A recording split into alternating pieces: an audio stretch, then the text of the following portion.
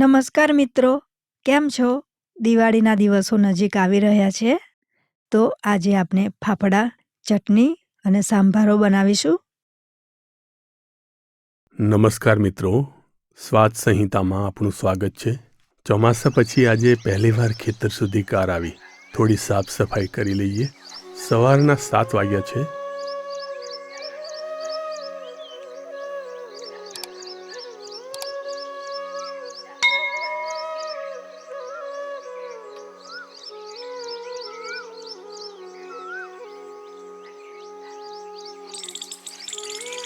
અમે રોજ એક નારિયેળ અને દેશી ગોળનો પ્રસાદ કરીને જઠરાગ્નિ દેવને ચઢાવીએ છીએ. હા, રોજ હું, સુનૈના અને બાપુજી નિયમિત કોપરું અને દેશી ગોળ ખાઈએ છીએ, જે તંદુરસ્તી માટે ખૂબ સરસ છે. નારિયેળનું કોચલું વાગી ગયું છે. કોઈ વાંધો નહીં, રસોડામાં જ ઔષધ છે. હળદર એન્ટિસેપ્ટિક છે અને નર્સ પણ હાજર છે. શરદભાઈ ખેતરમાંથી કપાસનું રૂ શોધી લાવ્યા. સુનૈનાએ ચીથરું કાપી પાટો બાંધી આપ્યો. 15-20 મિનિટમાં લોહી નીકળતું બંધ થઈ જશે.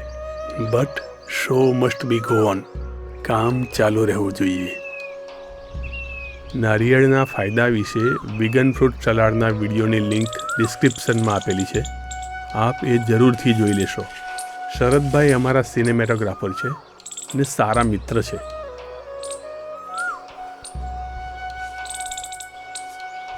350 ગ્રામ બેસન એટલે કે ચણાનો લોટ,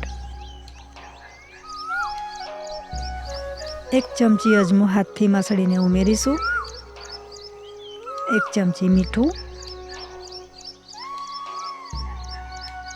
1 ચમચી હિંગ પાવડર, પાપડ ખાર 1 ચમચી, 5 ચમચી તેલ રેડીશું. અમે સોડા અને ખારો ઓછો ખાઈએ છીએ. જો તમારે ફાફડાને વધારે પોચા બનાવવા હોય તો 2 ચમચી ખારો વાપરવો. લોટ મિક્સ કર્યા પછી આ રીતે ચેક કરી લેવું. મસ્ત ઝાકળ પડેલું છે એટલે ખુશનુમા વાતાવરણ છે. અને આ દેવચકલી પાંદડા પર ઝીલવાયેલા ઝાકળમાં સ્નાન કરી રહી છે. થોડું થોડું પાણી રેડી લોટ બાંધીશું.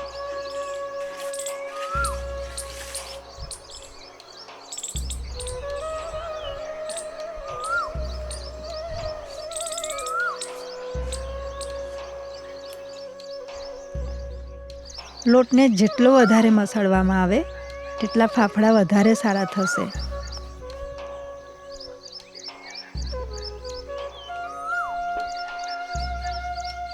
શું તમે બાળપણમાં આવા હિંચકા ઝૂલવાની મજા લીધી છે? લોટ તૈયાર થાય એટલે એક સરખા નાના નાના લુવા તૈયાર કરી લઈએ. લુવાને આ રીતે લાંબા શેપનો બનાવવો અને હથેળીના સેન્ટરના એટલે કે વચ્ચેના ભાગથી વુડન ચોપબોર્ડ અથવા લાકડાની રોટલી બનાવવાની પાટલી ઉપર ઘસી લઈશું. પાતળી પટ્ટીવાળું ચપ્પુ લઈ ચોપબોર્ડને સમાંતર રાખી ખેંચી લેવું.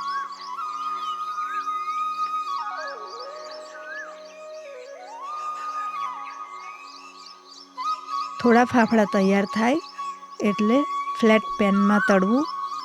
ફાફડામાં આવા બબલ ઉપસે એટલે તમારો લોટ બરાબર બન્યો છે એમ સમજવું. ફાફડાને તળવા મૂકીને તબેથાથી આ રીતે તેલવાળા કરતા રહેવું, પછી પલટાવવા. મીડિયમ ફ્લેમ પર તળવા. સવારે ખેતરના રસ્તા પર અદ્ભુત નજારો મળ્યો. આ પક્ષીનું નામ પતરંગો છે. ઇંગ્લિશમાં એને ગ્રીન બી ઈટર કહેવાય છે. જીવડાનો ઉડતા ઉડતા જ શિકાર કરવો એ આ પક્ષીની ખાસિયત છે.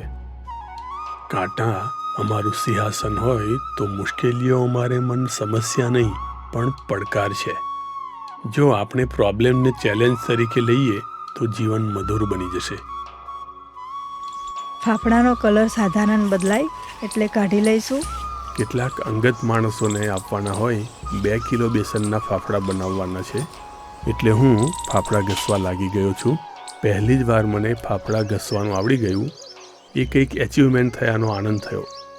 જ્યારે તમારું કોઈ કામ પૂર્ણ થાય અથવા કોઈ નવું કામ આવડી જાય ત્યારે ડોપામાઇન હોર્મોન્સનું સેક્રેશન થાય છે, જેનાથી તમને આનંદની અનુભૂતિ થાય છે. આજે આ સિક્યોરિટી ગાર્ડ સતત અમારી સાથે છે.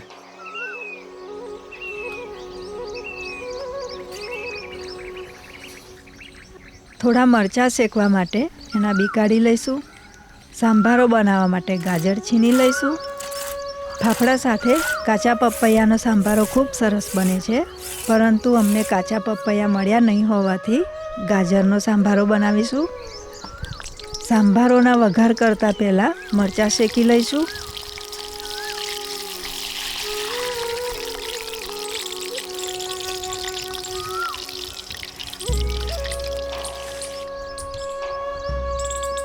થોડી હળદર અને મીઠું છાંટી લઈશું. સાંભારાના વઘારમાં સૌથી પહેલાં 2 ચમચી રાઈ ઉમેરીશું.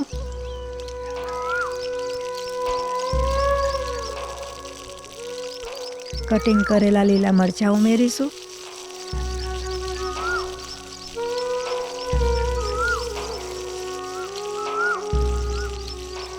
1 ચમચી હળદર ઉમેરીશું.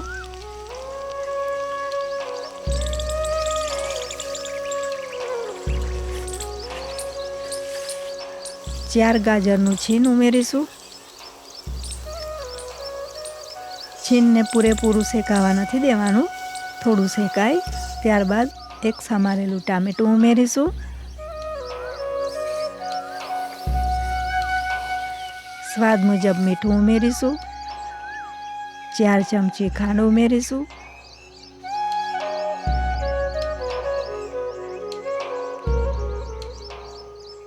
ખાંડ મિક્સ થાય એટલે સાંભારો એક બાઉલમાં કાઢી લઈશું. 1 લીંબુનો રસ ઉમેરીશું.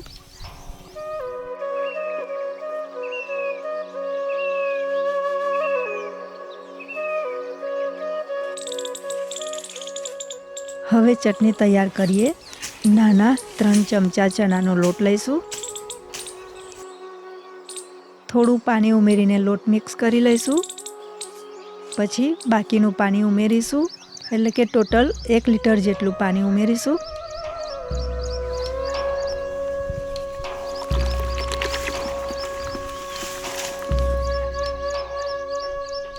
એક ચમચી મીઠું, 4 ચમચી ખાંડ ઉમેરીશું. મિત્રો, આપના વ્યુઅર્સ ગુજરાતની બહારથી પણ છે, જેથી આપણે હિન્દીમાં વિડીયો બનાવવાનો વિચાર છે, તો આપ સૌનું મંતવ્ય કોમેન્ટમાં જણાવશો.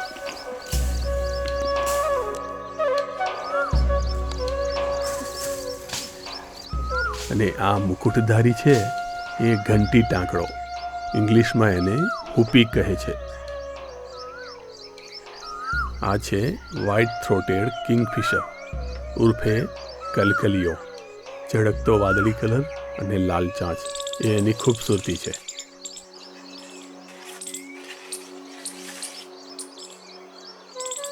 હવે ચટણીના વઘાર માટે અડધો ચમચો તેલ રેડીશું.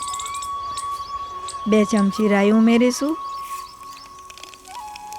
અડધી ચમચી હિંગ, થોડા કડી પત્તા ઉમેરીશું. લીલા મરચાં ઉમેરીશું.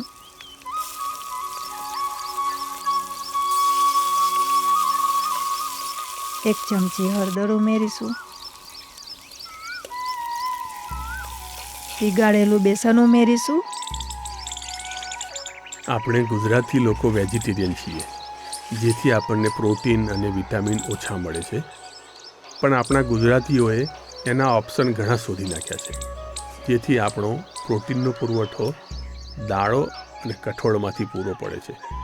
2 ચમચા દહીં ફેટીને થોડું પાણી ઉમેરીશું અને ચટણીમાં ઉમેરીશું. ફાફડામાં ચણાનો લોટ છે, એટલે એમાં પણ પ્રોટીન છે. આમાંય ગુજરાતમાં ગાંઠિયા, ભજીયા, સેવસળ, પૂના મિસળ, ખમણ, લોચો, પાટોળા, સેવ ખમણી, મઠિયા, અડદિયા, પાપડ, દાળ ઢોકળી, આટલી બધી વેરાયટી છે, જેમાંથી આપણને થોડું થોડું પ્રોટીન મળતું રહે છે. થોડું ઉકળી જાય એટલે ચટણી ઉતારી લઈશું અને સર્વ કરીશું. આપના ફાફડા, ચટણી, સાંભારો અને મરચાં તૈયાર થઈ ગયા છે. અમારા અંગતમાં આ એક ચંદુ અને તેનો પરિવાર જે અમારા ખેતરે જ રહે છે, બીજો અમારી સોસાયટીના સફાઈ સેવકનો પરિવાર અને ત્રીજો કચરો લેવા આવતી ગાડીનો એક પરિવાર. એ દરેકને આપવાના હોય અમે 2 કિલોના ફાફડા બનાવ્યા છીએ. દિવાળીએ અમે એમના માટે મીઠાઈ પણ બનાવીશું અને એમને કપડાં પણ આપીશું. 2 વાગી ગયા છે. અમારે આજે જમવાનું કહો કે નાસ્તો કહો, આજ ખાવાનું છે. આ ભાઈ પહેલેથી જ મિત્રતાનો હક જમાવીને બેઠા છે. ફાફડાના શોખીન હોય એવું લાગે છે. સવારે આવીને અમે સૌથી પહેલાં લીંબુની વાડીએ ગયા હતા. ભાદરવાની શરૂઆતથી લઈને દિવાળી સુધી ખેતરમાં ફરો તો ચંપલ નહીં પણ બૂટ પહેરવા આવશ્યક છે. આ ગાળામાં ગરમીના કારણે સાપ દરમાંથી બહાર નીકળતા હોય છે. આ વખતે બોર વહેલા આવી ગયા લાગે છે. ઘરે રોજ 2 નારિયેળ વપરાય છે.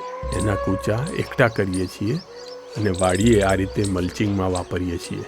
મલ્ચિંગ કરવાથી જમીનમાં ભેજ સચવાય છે, જેથી વારે વારે પાણીની જરૂર નથી પડતી.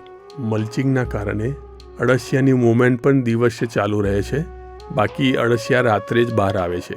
ત્રીજું, મલ્ચિંગ કર્યું હોય તો એટલા ભાગમાં નકામું કચરું ઉગતું નથી. મલ્ચિંગ માટે કોઈ પણ ઓર્ગેનિક કચરો વાપરી શકાય છે. મિત્રો, આપ અમારા વિડીયો જુઓ છો, લાઈક, શેર અને સબસ્ક્રાઈબ કરો છો. એમાંથી અમને આવક થઈ રહી છે, જેમાંથી અમે આવા સત્કાર્યો કરવાની શરૂઆત કરી છે. અમે એને માટે ફક્ત નિમિત્ત બન્યા છીએ, બાકી તમે એના સાચા કોન્ટ્રીબ્યુટર છો. અમે જે કાંઈ સત્કાર્યો કરીશું એમાં આપ જ સહભાગી છો અને હશો. ધન્યવાદ.